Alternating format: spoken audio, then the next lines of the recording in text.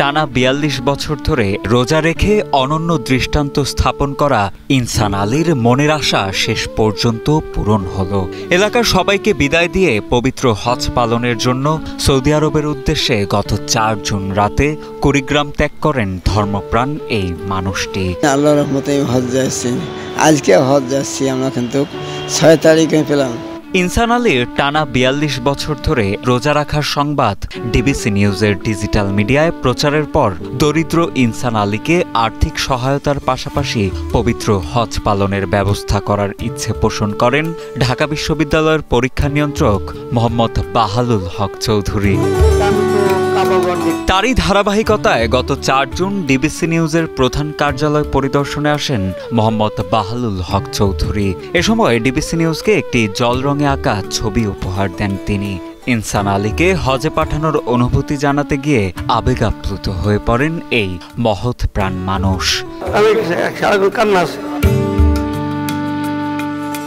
আল্লাহ যাকে নেয় এভাবেই নেয়, আমি তো একটা উছিলাম মাত্র, আর আল্লাহ পাক মানে আমারটাকে নেওয়াচ্ছে, এটা আমার কাছে খুব ভালো লাগছে। এদিকে পরিবার ও স্থানীয়দের কাছ থেকে বিদায় নিয়ে কুড়িগ্রাম শহরের প্রধান মার্কাজ মসজিদে আসেন ইনসান আলী। সেখানে নামাজ শেষে মুসল্লিদের সাথে কোলাকুলি করে হজ করার উদ্দেশ্যে কুড়িগ্রামে রওনা দেন তিনি। এ সময় যাদের মাধ্যমে আল্লাহ তাকে পবিত্র হজ পালনের সুযোগ করে দিয়েছেন তাদের সবার প্রতি কৃতজ্ঞতা জ্ঞাপন করেন তিনি। আল্লাহ রহমত করছে, আমরা হজ যাচ্ছি, আল্লাহর রহমতে সকলের জন্য আমি দোয়া করব, আল্লাহ আমার মনে আশা পূরণ করেছে। ইনসান আলীর রোজা রাখার সংবাদটি প্রচার করা এবং দরিদ্র এই মানুষটির হজ যাত্রার ব্যবস্থা হওয়ায় ডিবিসি নিউজের প্রতি কৃতজ্ঞতা প্রকাশ করেন স্থানীয়রা ও ইনসান আলীর পরিবার পরিজন। সর্বপ্রথম আল্লাহ তাআলাকে কাছে শুকরিয়া, তারপরে ডিবিসি নিউজকে ধন্যবাদ জানাই যে তাদের মাধ্যমে মানুষের কাছে এই খবরটা পৌঁছেছে যে আজকে হজে যাওয়ার জন্য ঘর থেকে উনি বেরিয়েছে। ৬ তারিখে সন্ধ্যাবেলা তার ফ্লাইট। আল্লাহ মানে তার সহযোগী করে মন গলাইছে, হয়তো নিয়ে যাচ্ছে, অনেক একটা উপকার হচ্ছে। উল্লেখ্য ৪০ বছর বয়স থেকে টানা রোজা রাখা শুরু করেন ধর্মপ্রাণ এই মুসল্লি।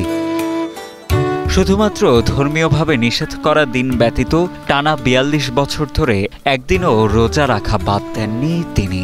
দীর্ঘ সময় ধরে রোজা রাখলেও শারীরিক ও মানসিকভাবে কখনো ভেঙে পড়েননি এই ৮২ বছর বয়স্ক বৃদ্ধ। শত কষ্ট করে রোজা রাখতে পারলেও পবিত্র হজ পালন করার সামর্থ্য ছিল না ইনসান আলীর। তাই নামাজে বসে পরম করুণাময় আল্লাহ তাআলার নিকট হজ পালনের ইচ্ছা পূরণের জন্য প্রার্থনা করতেন। অবশেষে মহান আল্লাহ রাব্বুল আলামিন তার ইচ্ছে পূরণ করেছেন বলে জানান এই ধর্মপ্রাণ মানুষ। নিয়ত করছি আল্লাহর কাছে, এখন হজ যাবো, এখন আল্লাহ এখন আমার কবুল করছে।